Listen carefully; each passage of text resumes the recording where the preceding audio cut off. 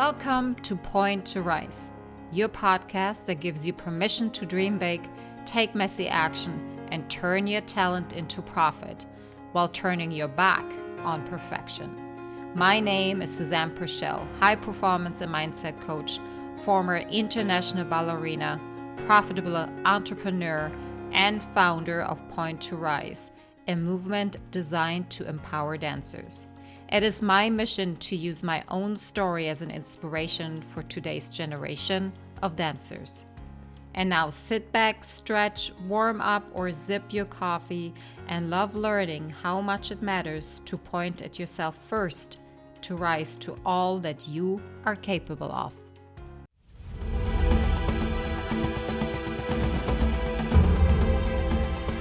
Dance is one of the most physically demanding activities a person can pursue, and as such requires intense training and commitment. And for most, that training and commitment starts at a young age.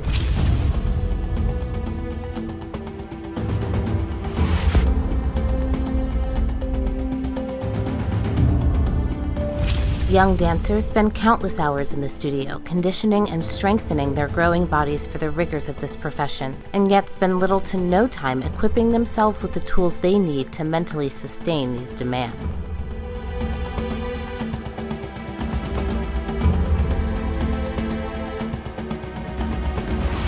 We as an industry are failing our young dancers, and though we've all been part of the problem, now it's time to be part of the solution. It is time for the mental wellness of these young athletes to be held to the same standard as their physical wellness. It is time for us to support and nourish these growing minds. It is time for Danscend.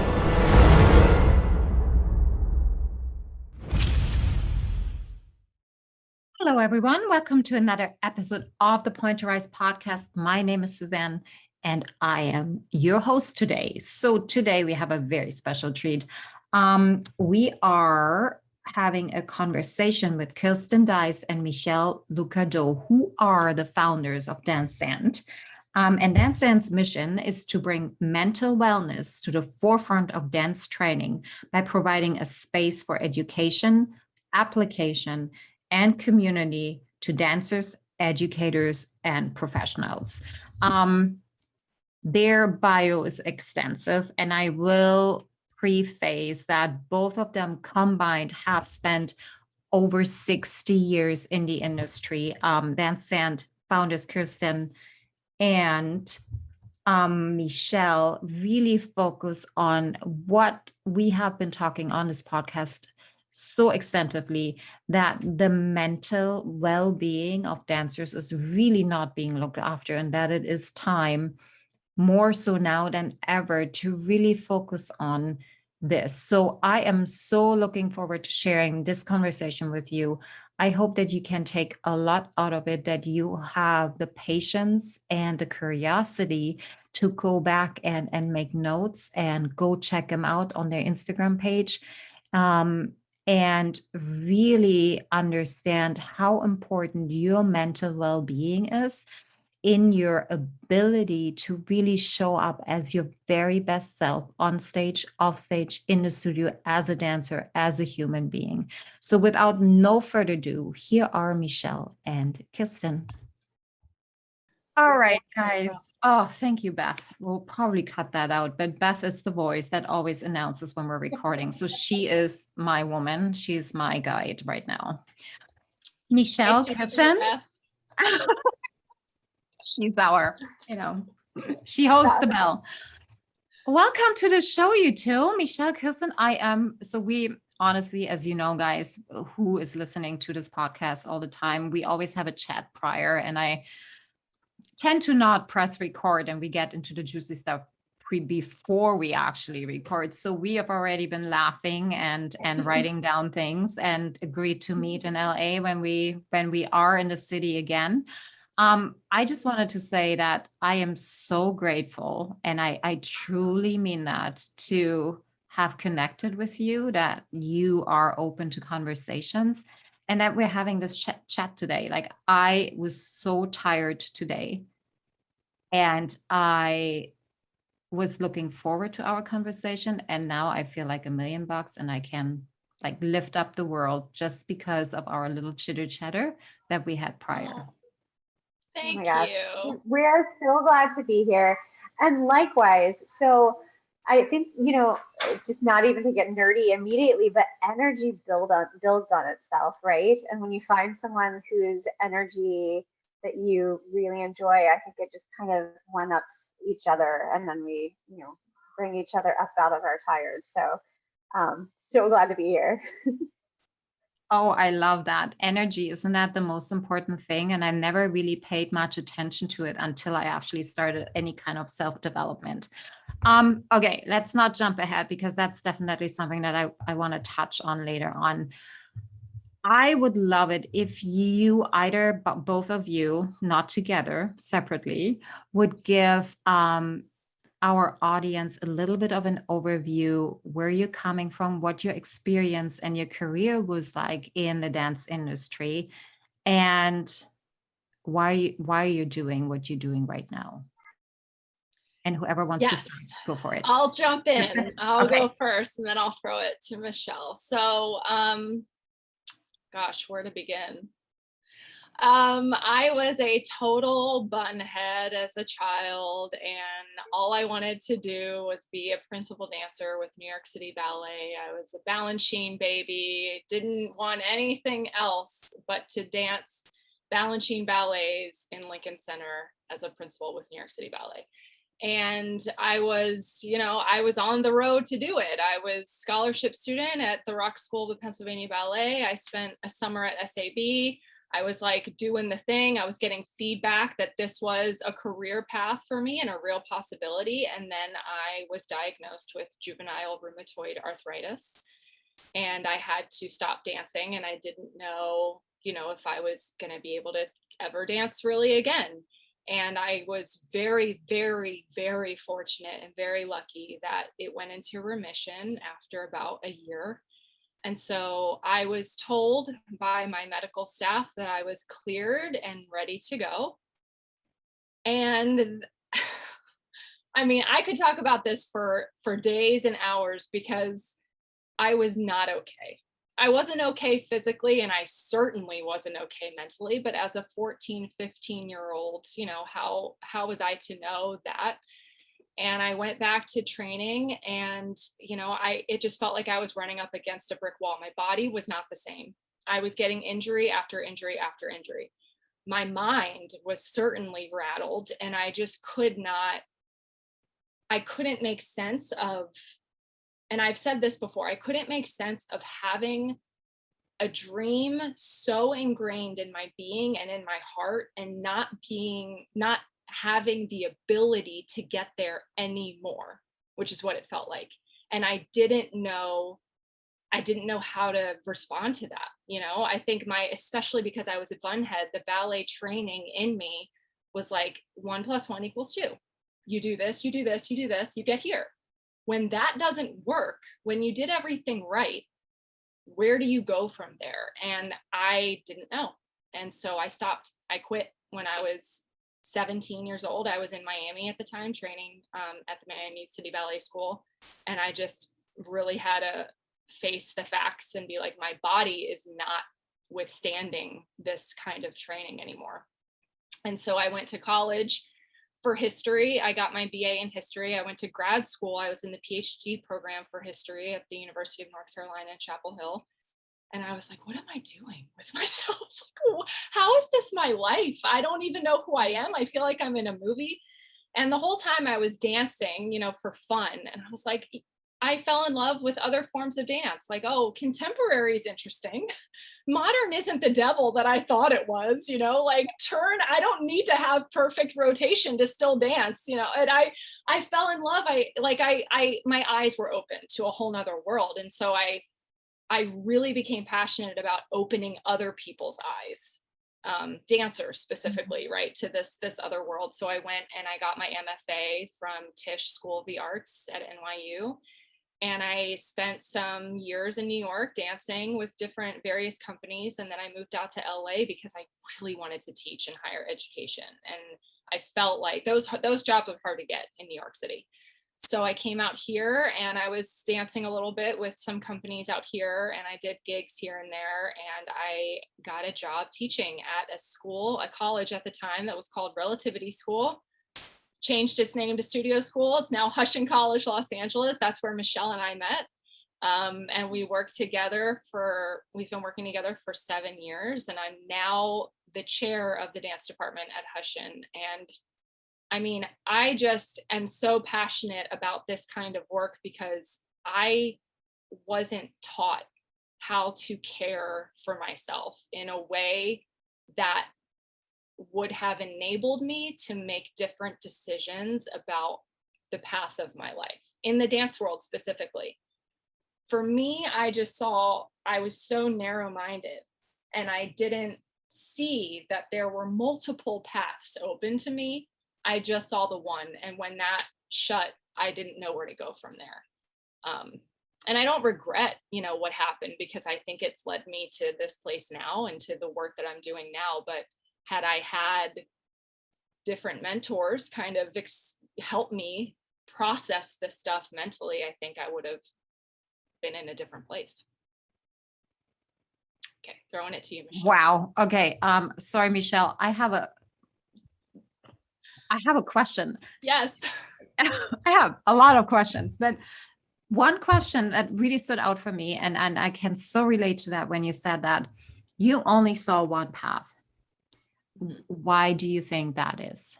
Why do you think so many dancers, particularly in that niche ballet industry, only see that one path? I've been one of them too. Yeah. Total bunhead over here. Yeah. I think, at the time, and I think it's changed now. I know it's changed now, maybe not everywhere, but at the time, especially in ballet technique, it's like there's a right way to do it and a wrong way. And there's no in between. You either have what it takes or you don't.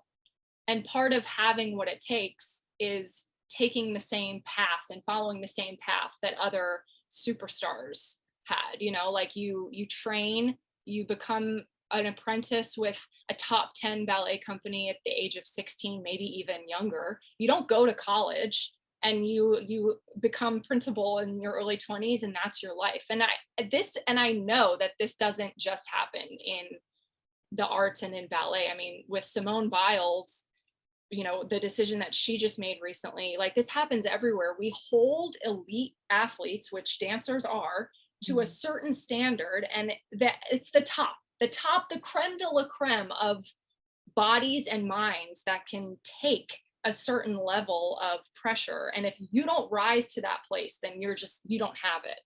And it's a ridiculous standard that we hold for humans in general. Not everybody can be a Tom Brady, and it's not because they're not capable, but just Tom Brady's career is not the career that all football players should be striving for. I shouldn't have been striving for the career of, say, one of the Balanchine, ballerinas from the 60s or 70s, the women that I was looking up towards, because I'm me, I'm not them. And yet I was putting on somebody else's identity, and I didn't understand why it wasn't enabling me to move forward, because that wasn't me. And I don't think that in ballet specifically, in my training, I wasn't seen. My body was seen, my capabilities were seen only to the extent of, do you fit the mold that we're looking for? And if you don't, then there's no place for you here. Instead of, if you don't fit this mold, let me help you explore where you might be, where you might find some freedom. I didn't have that. Yep. Not fitting the mold, and with that, undermining one's worth, and only saying that if you check all of these boxes, then you are worthy to be rising to the top.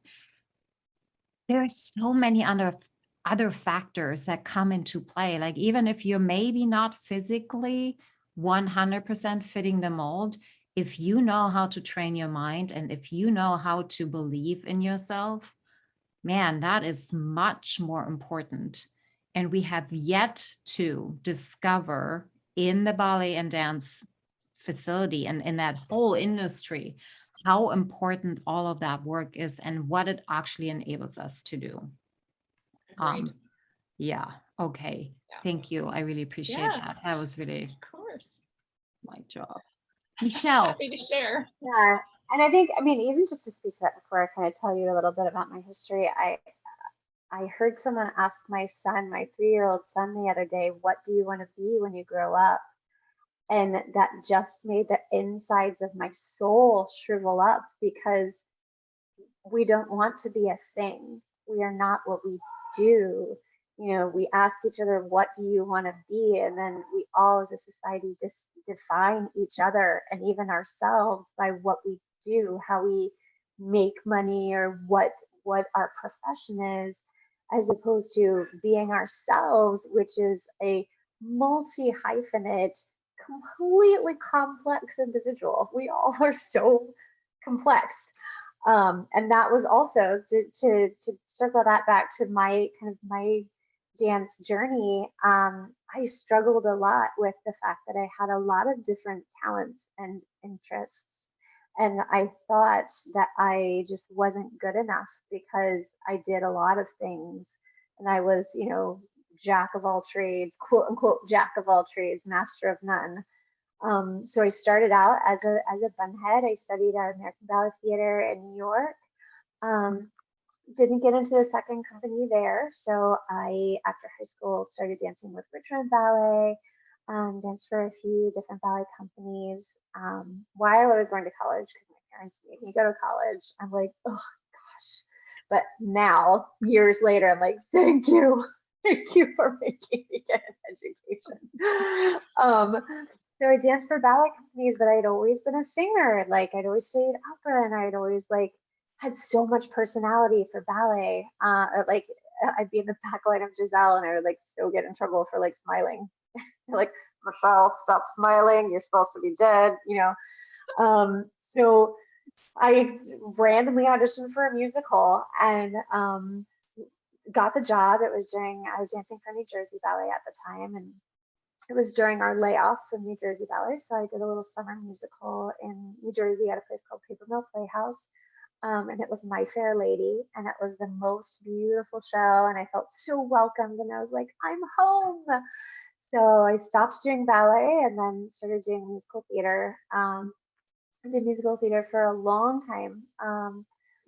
After my first job, I had to decide whether to leave the ballet company, go back for another season, or go to do musical theater. So I started to do musical theater.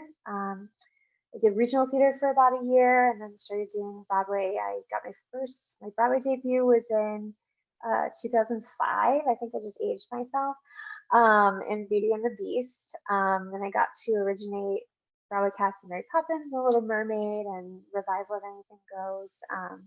So I did 8 shows a week for almost 10 years of my life, and then got to play leads on Broadway. I got to play, you know, opposite Joel Grey and Sutton Foster, and I got to play Ariel in Little Mermaid, and it was this great thing. And then I just pulled the plug, and I was like, I'm going to move to LA and do television. So I moved to LA, and then started doing TV and film, and did some of that stuff. While I was doing that, I realized I didn't quite like it as much as the theater, because you don't have that energy and that family, and it's the whole thing. And then got into education. So that's how I met Kristin. One of my friends called me from the then college called Relativity School and said, we need a ballet / musical theater teacher. And she was like, you're right for this. And so I went out there, fell in love with the students, and fell in love with the community and really higher education in general. Like, I got so excited about it. So I was there for 7 years. I ended up being the dance chair, and then when I got my master's in business, and then so I ended up spending some time as the associate dean of undergraduate studies.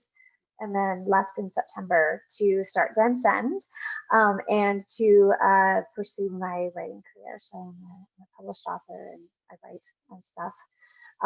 But all that to say, like, I'm this weird multi-hyphenate person, and even now I use the word weird as the descriptive word to that, which shouldn't. I don't know why I feel I need to say that, because that's not weird. We all have these different, you know, things inside ourselves that we should and can explore. And I wish that someone had told me before my career had started, because I felt like there was something wrong with me, that I was in a ballet company and I really wanted to sing, or I was in a musical theater show, I was doing a Broadway show, but I also really wanted to write, and I felt like there's something wrong with me in that, because I couldn't just pick one thing. Like, what's wrong with me? Why can't I just be good at one thing rather than like mediocre at everything? So that's my history. And then I met Kristin, and then we're like, let's start something to help these folks, these dancers that need to find some resources to really help them understand themselves and create a more sustainable pathway in this dance industry. So yeah. Can we quickly go there?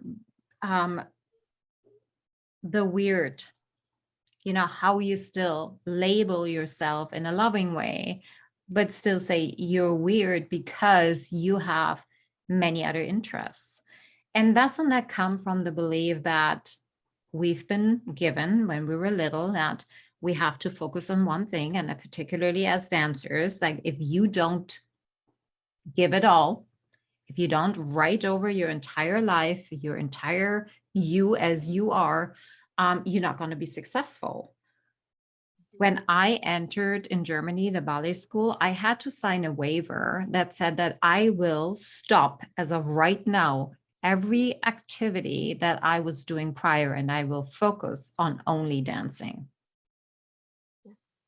And I think the message here that we really want to get across is that we are all multi-passionate. And the more that we're pushing down other passions that we have, the more they will either bubble up, or you will feel discomfort, or you feel just an uneasiness that if we can't really put that uneasiness in word, it can create challenges that we don't know how to handle. And it will also not move in your favor in your career as a dancer, as a performing artist, in whatever field you might be stepping into as a performer. Thank you for nodding your heads, ladies. I really appreciate it. Well, I mean, it's so interesting, because when we create an identity that is based around one thing, right? Let's say we're a dancer and we create our identity based around dancing. When that dancing doesn't go well, if we feel like we're not, we didn't have a good performance, or we're not doing well in the company, or we didn't get hired for these auditions, then that literally crumbles our entire existence, right? Like, we feel like we are how good or bad our dancing is. And that is our identity. And that is dangerous, because, if we don't create a foundation of our identity underneath and with that dancing, that, I'm a dancer who likes horses, or brews my own coffee, or like, it really doesn't matter, reads fanfic, whatever you're doing. Like, if you base your worth on one thing, when that one thing goes away, then you are left with nothing, which can cause a lot of problems. Enter my life.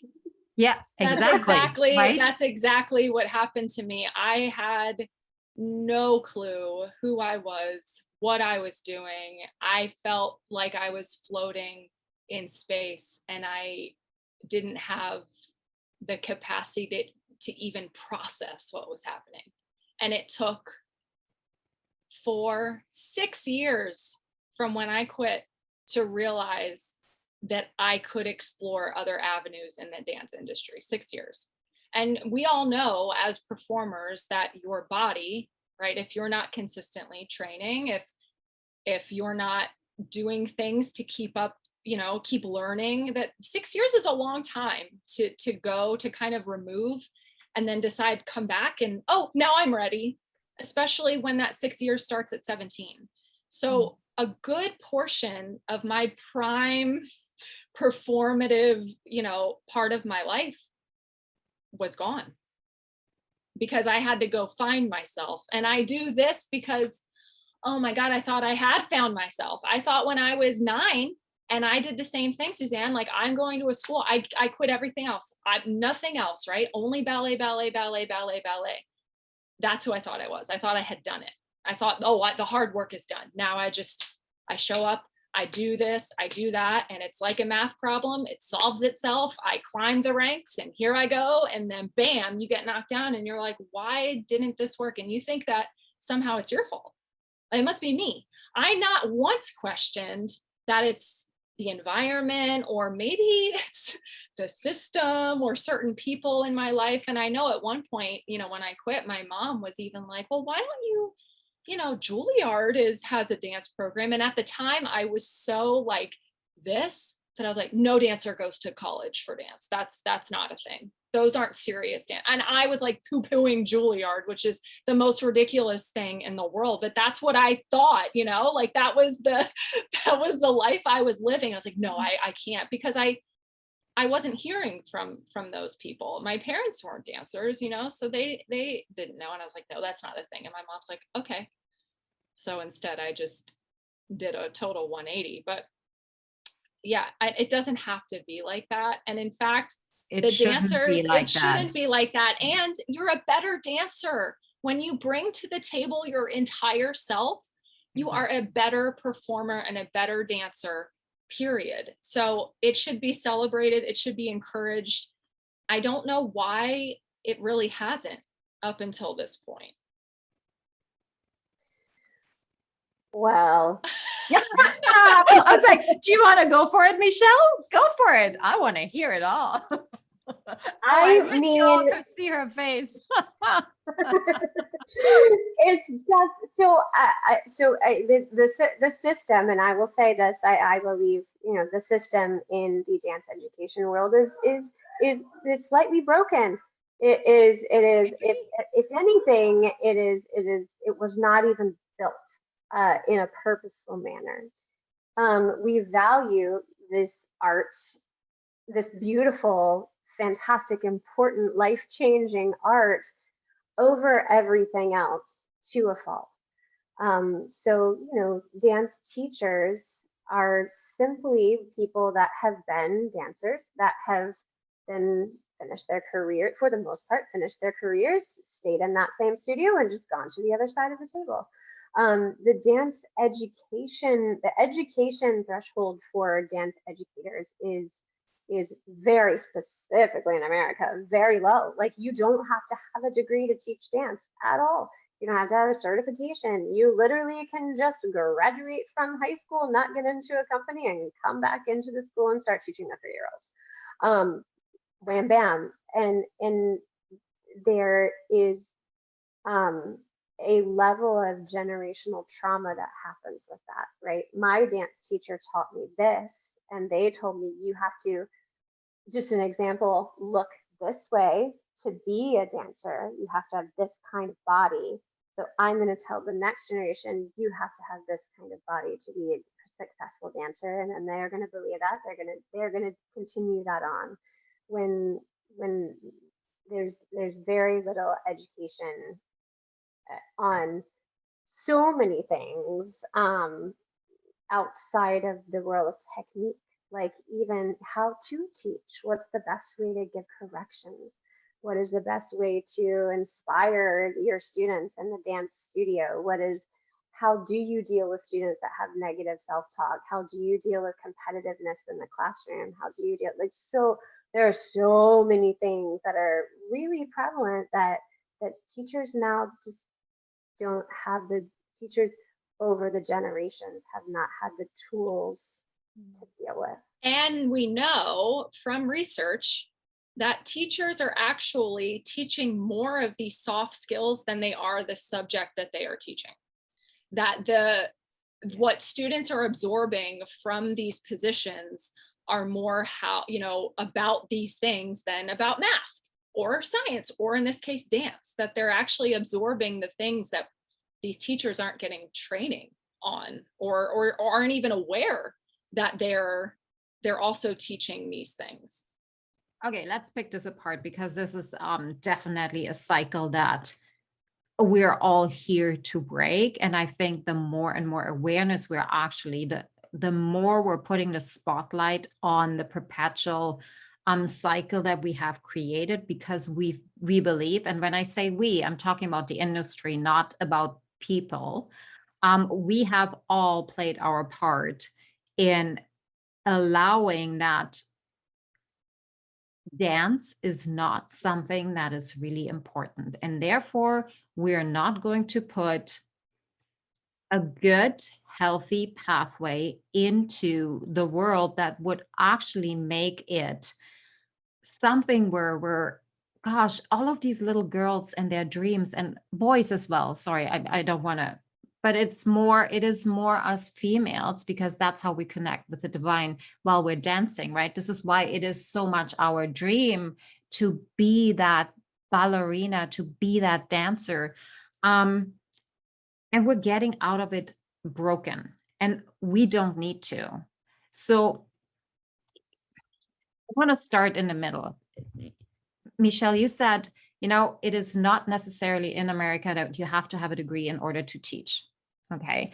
We're putting principal dancers into leadership position in companies that haven't even healed from their traditional trauma, from their generational trauma that they have all inherited subconsciously, consciously. Nobody is willing to really look in the mirror and say, here is where I'm at. Here is where I should be. We're thinking about ourselves only. We're not capable of making it about the art, about the next generation. We're not taking the 30,000 foot approach to look above what is working, what is not working, like we do in business. Like, you're under constant evaluation of your business, because there's money involved, let's be honest, right? And when we're talking about people, like, that should be so much more important. Like, why are these people not looked after? Why are we not paying enough attention? And why are we not making the arts in general important enough that people matter in it? And with that, the arts matter. So I don't know where to start. I think everybody that is speaking up about it, everybody that is compiling resources and platforms, that's a start. And I feel there is so much fear around the change, because yes, dance has been built on tradition, but we're not breaking traditions by bringing in new research or evolving. I mean, look at Olympic athletes. The only way they are going to propel or even be relevant in today's world is because of the research that has been done. It's because of them applying the research and evolving. And we have yet to do that in dance particularly. Rancover, please insert. Yes. So there are some pretty terrifying statistics. So Kristin and I just got our youth mental health first aid certificates, which is a really fantastic resource. By the way, anyone who works with people under the age of 18, it's a 1-day certification course that teaches you how to deal with everything from, someone who says that they feel they are having suicidal thoughts, to substance abuse, to anxiety, to all of these issues. And I just want to push out too, it is 18, it's technically 18 and under, but it's great for college educators as well. It's don't discount it if you're at a college. This is applicable to that grouping too. Yeah. And so one of the statistics that we learned in that training is that 1 in 5 youth right now will be diagnosed with a mental health challenge in their lifetime. 1 in 5. And so in March 2001, the U.S. National Health Department did a study and kind of doubled down on that as far as the dance industry is concerned, finding direct correlations between classical and competitive dance and instances of anxiety and depression and other, a whole slew of other things. So that 1 in 5 goes up with dance. And I think a lot of the time it's chicken or the egg, right? So is it like, are these things exacerbated by a dance, or are these people that have these struggles, do they come to dance to find some respite in the art from it? But either way, like, we are headed down a path where it's going to get more and more challenging for educators, and it's frustrating and difficult because we are in a very, very expensive, very fast-moving train right now. You know what I mean? It's like there are billions of dollars in dance competitions and the dance world, and like it's a very large industry that it's trying to hop on the moving train and change it while it's going, right? So as Kristin and I have been kind of talking about it, we do believe that starting with educating dance educators is a great way to start, because dance educators are in front of the room. If you are working with one student, it's one student, and that's fantastic. But one dance educator can potentially positively influence the mental wellness of an entire room, entire classes of students. So I think that is a good place to start. But I think that the simple place to start is having people recognize that there is a problem. So, we talk to, a bunch of dancers, and, we talk to educators, and we're like, do you have problems with self-talk? Like, we just, like, an example, do you have negative self-talk? And they're like, I don't know. And we're like, let's just journal for a minute. Let's write down, like, what do you think when you, at the end of the dance class, can you say positive things about yourself for 1 minute? Inevitably, usually, no, it's very difficult. But can you say negative things about yourself for 1 minute? Usually they can. So I think on a simple baseline, it is education in the dance industry that there is a huge problem, and that we need to begin to deal with it on many different levels. I want to insert something that came up, and I actually wrote it down. So educating educators is a wonderful way to start. I grew up in a society where the education of educators was the prerequisite in order to teach. However, it was about the way and what actually was taught that was questionable, because in the 80s and 90s, we were taught exactly the same way as we're taught now, only that these teachers all had to be certified. And I see it in Canada here too. Like, you have to have a certification. You have to go through, the National Ballet or wherever these places are. And then I look what they're teaching and how they're teaching and what is coming out of these schools. And I question their knowledge and their intentions.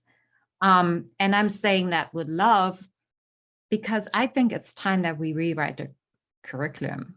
I think it's time that we're actually applying what we have learned over the past 5 decades, and question every single way we are teaching or communicating or even looking at the people that are in front of us and our own intentions when we're stepping into the studio and reassess. Yeah, and I agree. think And that we are. Go ahead. I was gonna say, and I think that it's happening. I think if I look at the way that I was trained, and just in terms of the knowledge about the body and how it works and what's important in terms of preventing and taking care of injuries, that has drastically changed from when I was a student. I think that there's still room, of course, but now people are talking about cross training more, and that's more accepted. And that's sort of like, oh, of course you should be doing that. And as we've already mentioned, when we were dancing as students, ballet, you can't do anything else. You just do ballet. Why would you run? Running will bulk your thighs, I was told. Why would you, all of these things, like, why would you to get better at ballet, you must do ballet. And now I'm seeing way more out there about, well, ballet dance, for one thing, for instance, ballet dancers have really weak hamstrings. Usually, if you are just taking a ballet class, you are not engaging your hamstrings the way that you should. And so what that's going to do is that's going to unbalance your body. You're prone to certain injuries. And now we see, this stuff is becoming more common in the general lexicon of dance. And I'm hopeful that we see the physical aspect of it. That part of it is starting to shift. And now here comes the mental part of it. Yes. I just see a finger. I'd love to insert there that questions. Yes, it is absolutely true that there are more ways we're looking at how dancers can train. What I'm seeing though is that it is being said that they have to do it in addition versus let's take some of the dance training out and insert the cross training, the Pilates, the yoga.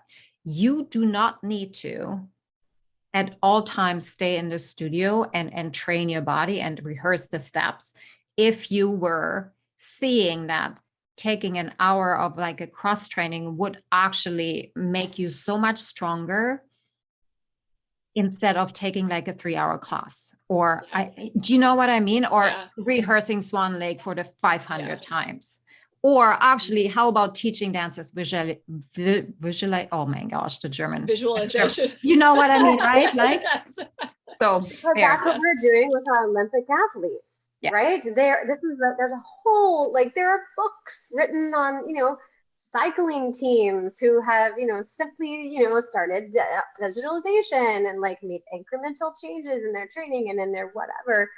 And dancers, like, just keep doing the same thing over and over again, expecting different results.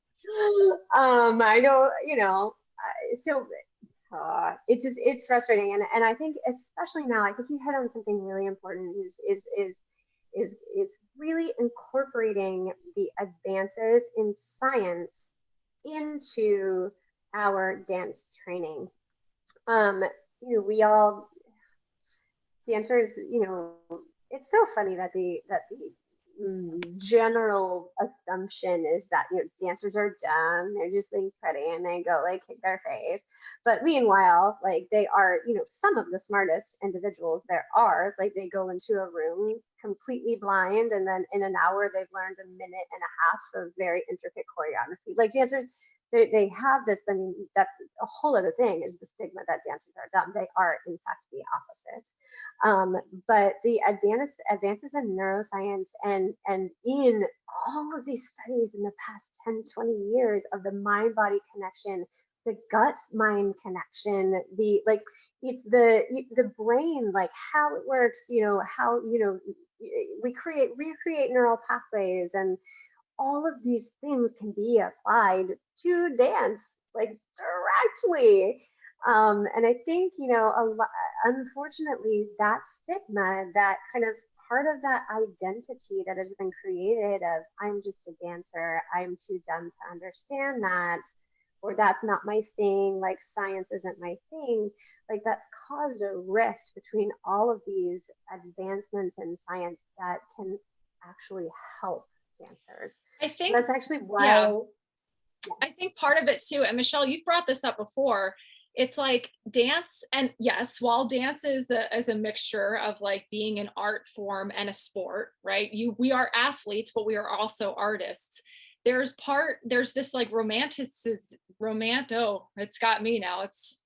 This is floating around. Romanticization. Is that a word? Let's make it a word. We've romanticized the art form of dance so much that it's this thing that only the select few can tap into. And it doesn't follow the rules of science. It doesn't follow the rules of this. It's like its own bubble. And the only way to get there is by doing what we've done in the past. And I think that that mindset around dance is strong, and a lot of people have it. And it's almost like we don't want to pull back the curtain and be like, oh, wait a minute. So it's a body. You just have to have a body. You have to practice skills. And we can actually use science to help us achieve these things. You know, like we want it to be something different. We want it to be this magic that we can't really explain, that you just have to be in the studio and work, and then you'll get there. And let me know if you agree, but I think this very belief that it is so magical and so elite and only for the few, and we're not really showing the processes and tapping into more resources that could actually make it more sustainable, easier, more accessible, healthier, is what is actually holding the art of dance to being relatable in today's world, where we, chasing the funding over and over and over again. We're spending up to 40% of every company's budget on fundraising activities, where you could, in a business sense, actually use that 40% to make more money versus, you're using it in a way, but you're only making the budget for the next year. You're not creating wealth. And with this mentality of chasing over and over again, with living in so much fear and scarcity and in that survival mode over and over again, of course, is that being trickled down? It's the whole energy bubble that we started our podcast interview off with, right? It is that energy that has been created that it is hard to let go of, because we have to lean into something that we don't know yet what it's going to look like. We haven't even asked the question, what could it actually look like if we would be more profitable? Think as a business, evaluate, question, like what would that look like? It's the same mindset that you have as a starving artist. You just accept that for your art, you must struggle, you must suffer. And it's like, well, you don't have to, actually. And these are the stories that we pass on. This is where storytelling comes in. So importantly, excuse my dog, she's having a tantrum. For stories. She gets it. She totally understood, right? That was like our siren going off. But yeah, isn't that like everything that we do, that we are, is stemming from a belief, from stories that we have been fed, and we not once ever did we question. Kristin, did you ever question that? How could I have? I was a child. Right. Like I'm a kid who has this dream and this goal, and someone is telling me, people I admire, who I want to be just like them. And they're not telling me, I don't think they told me the truth of what their life looked like. I don't think these books and these biographies I read were about Gelsey Kirkland. Well, hers might have been a little true. But I was told, like, don't follow her. But, it's like, you either want to follow them or you don't. It's the horror story, or like, no, this is the way it is. Well, what about the middle? There's always the middle. There's always stories of triumph and struggle in the same thing. And if we could be more transparent with our young students about everybody's path and journey is different. And I know, as an instructor, I know my own. And of course, no instructor should know all of the million paths that people could take. But I think that dance educators feel the pressure to know it all and to be that voice and to stand there. And even if they don't know it, right, to say that this is how it is, because that's what their dance instructor did for them. And if someone were to just tell me, I mean, I'm thinking about when I was a child, if someone were to have told me in my deepest moments of struggle, I struggle too. Yeah. And maybe one person in the dance world that I looked up to and admired and was dancing, I struggle too. And this wasn't my path either. It doesn't have to be yours. There is not one path to success here. It would have, oh my God. I mean, my brain would have exploded and been like, well, then what are we all doing? Why are we telling these tales of glory and magic that really probably only happen for 1% of the population, if that? Yeah. I don't know. We talk about so Danscend, our company, we have a dance educator mental wellness certification, and one of the first things we talk about is that there's a choice when dance educators walk in the room to either tell dancers to leave it outside the studio door. I'm putting my fingers in quotes, right? Leave it out the door, leave it outside the studio, come in and be a dancer, right? They can choose to take that old mentality that, tells them it's not okay to bring in whatever else is going on outside. Or the other side that they can do is to choose to simply ask a dancer, how are you, at the beginning of class. It takes 5 minutes. And to share how they are too, which opens up a whole thing, and it creates this teacher that we have previously put on a pedestal. It makes them, it humanizes them. It gives them, makes them fallible, and they have feelings, and they have, whatever. And it makes it okay to bring it into the studio. Bring it into the studio. Use it as you're dancing, as you're creating your art, because otherwise we are creating a space that is not accepting of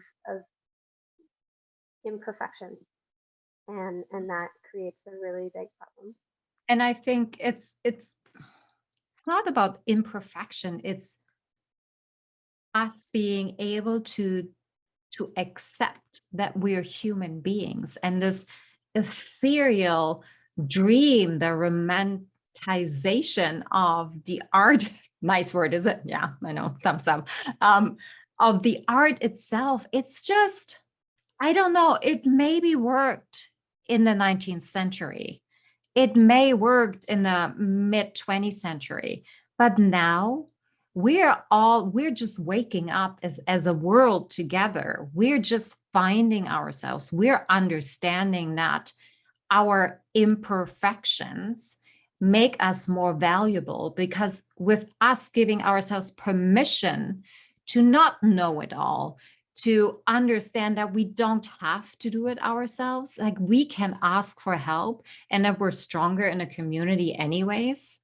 That we're going back to our roots, where we actually lived in tribes and, counted on other people to help us, then that difference would make all the difference in how we're teaching and how we're bringing these young dancers up, that giving them the permission that they can be, or that they can figure out who they are.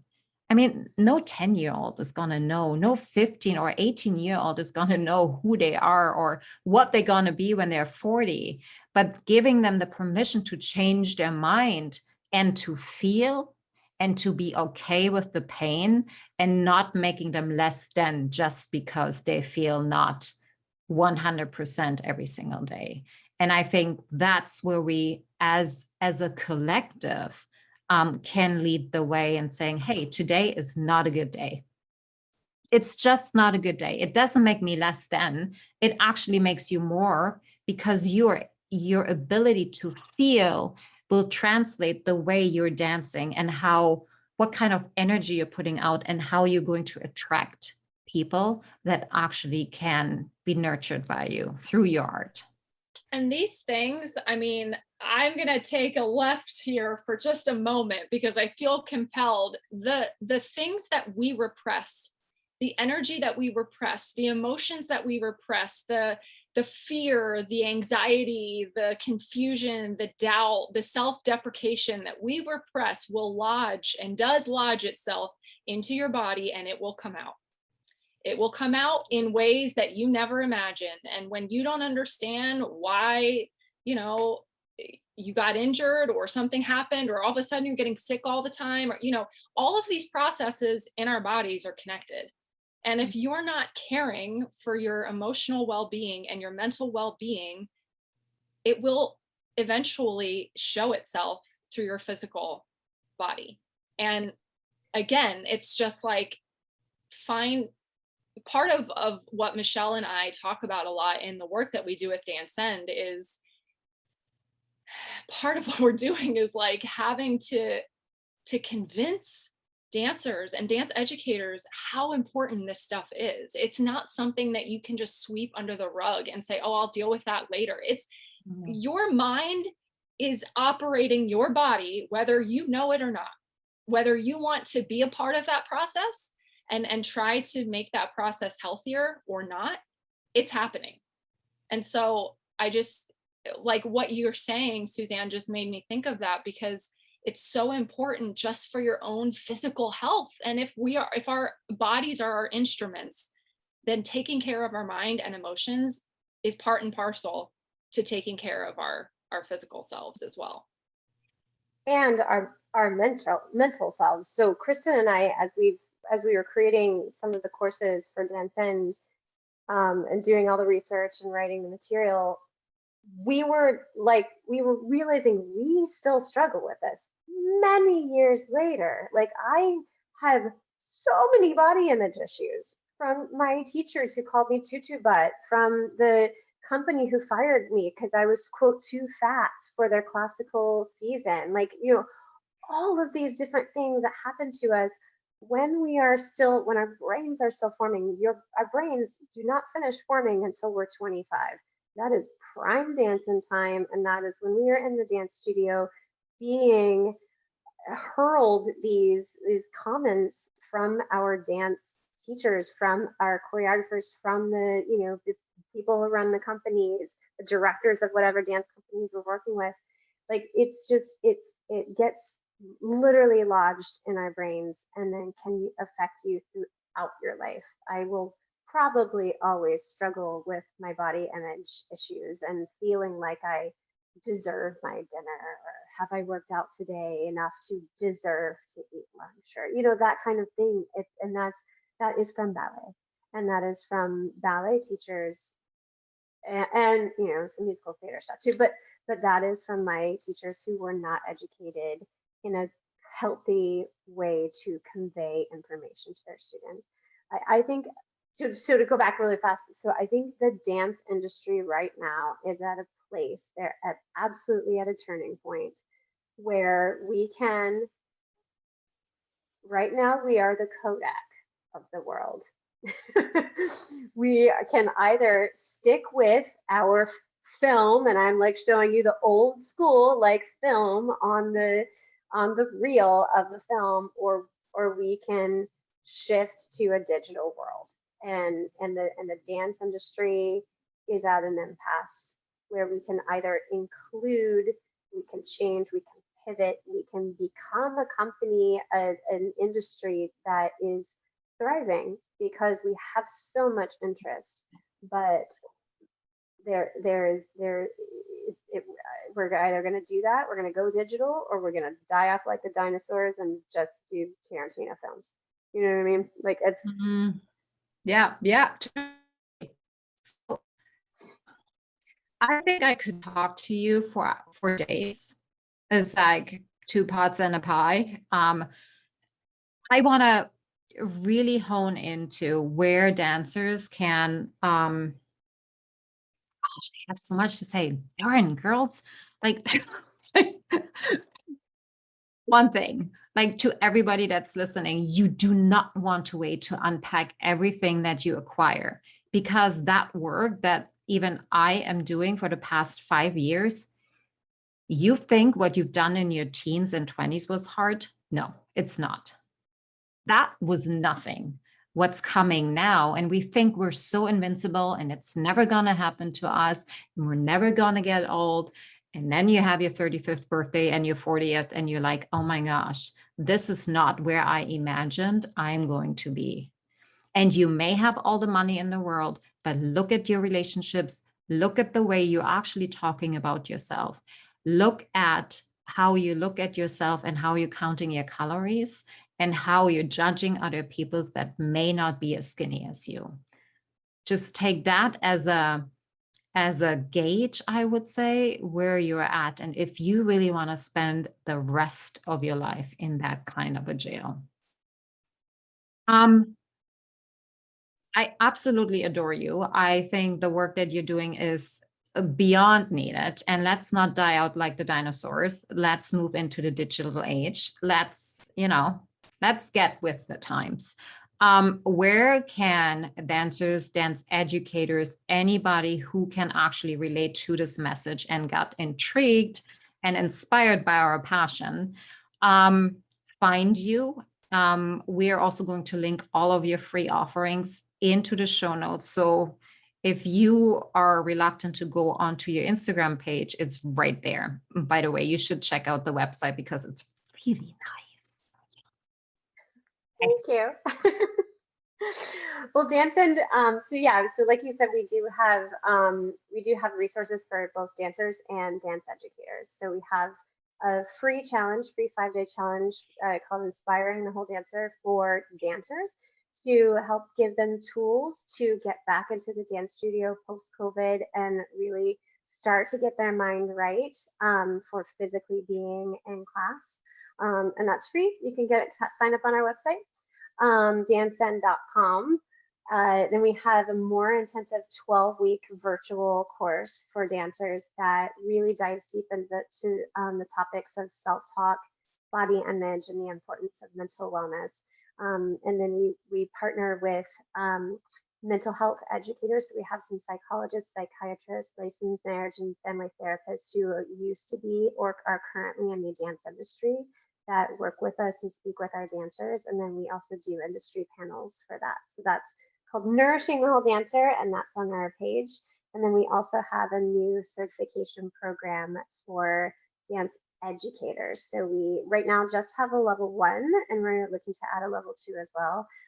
But level 1 really starts to teach educators how to lead the classroom in an inclusive, in a safe, in a positive manner, how to give feedback, how to deal with competitiveness, but also how to take care of themselves, because dance educators that aren't taking care of themselves are not going to show up in the best way possible for their students. So you can check that out on our website. You can email us. We have a free ebook for educators, and we're starting to, we just launched, we do 1.5 hour virtual mental wellness workshops. So wherever you are in the world, you can sign up to have us come work with you, work with your dancers to just get you started in the right way for your new fall, or if you're in Australia, your spring, whatever, dance session. So, yeah, and we're on Instagram. Yeah, you are. Yes. Our Instagram handle is @Danscend Official, and you can head to the link in our bio to see all of these resources as well. Thank you. Okay, last question. With everything that you've learned so far, and you would be able to go back to your 16-year-old self, what would you tell her? This was coming. Yeah. Girl. what would you like? Let's assume she's actually going to listen to you. What's that right? That nugget you would give her that would make her path easier? My Lord, I mean, I think that what would have helped me, and I don't necessarily know that it would have changed my path, and that's okay. But I think what would have helped me to know is that my identity does not rest on my perceived success or failure of myself as a dancer. That really is neither here nor there. That my soul is so full, and this is but one small part of a much larger journey that I just cannot see yet. And so that's why this is so hurtful now, because one part of me feels like it's dying. It's not dying, I'm simply transforming, right, into a better part of myself that I don't know who she is yet. You'll meet her 16-year-old self, you'll meet her. And if I could come back to me now from 20 years from now, I'd say the same thing. Like, you're just constantly ever evolving. You learn more, you grow more. And it's sad when to evolve is sad because things fall away, but there's so much beauty on the other side of it. That is beautiful. I don't know if I can follow that. I'm like, I wish I knew that too. So mine would be, you are not what you do. You are worthy of love no matter what you've accomplished. You don't need to win a trophy, win a Tony, get a job, be successful, run in circles in order to deserve the love of the people around you. I'm worthy of love just because I am me. I can so relate to that. Wow, nice. Oh, wow. Tell me if you can relate to this. The journey is the path. And I feel in the world that we were in, the journey never mattered. Only the outcome mattered.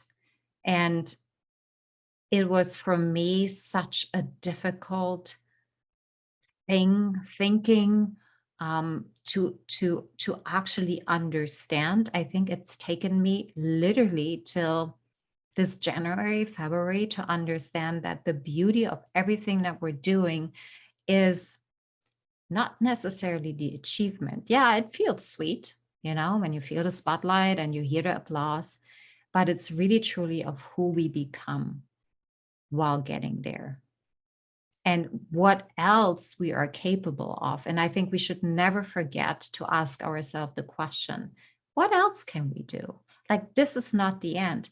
Being the principal dancer at New York City Ballet is not the end of the road. That's a stop, a beautiful stop that we can enjoy as long as we're capable of enjoying. And then what's after that? So, yes, Michelle, sorry.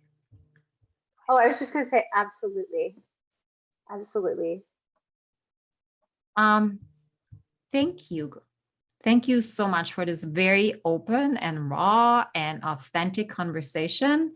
I am so delighted to share your thoughts and the work that you're doing, and I can hardly wait to have coffee with you, honestly. Yeah. I'm really looking forward to it. I think lots of tears will be shed, but I also think we'll laugh a lot. So, full picture.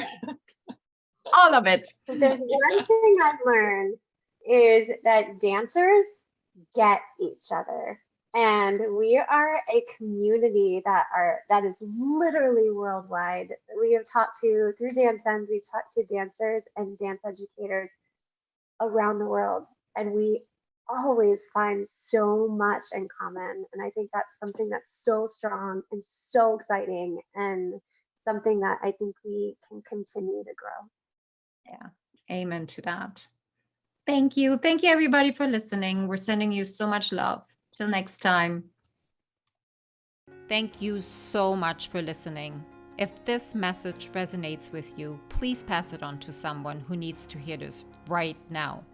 And if you like what you've heard, your feedback will go a very long way. If you just take 30 seconds and leave me a 5-star review, that would mean the world to me. Till next time, point at yourself to rise to all that you are capable of.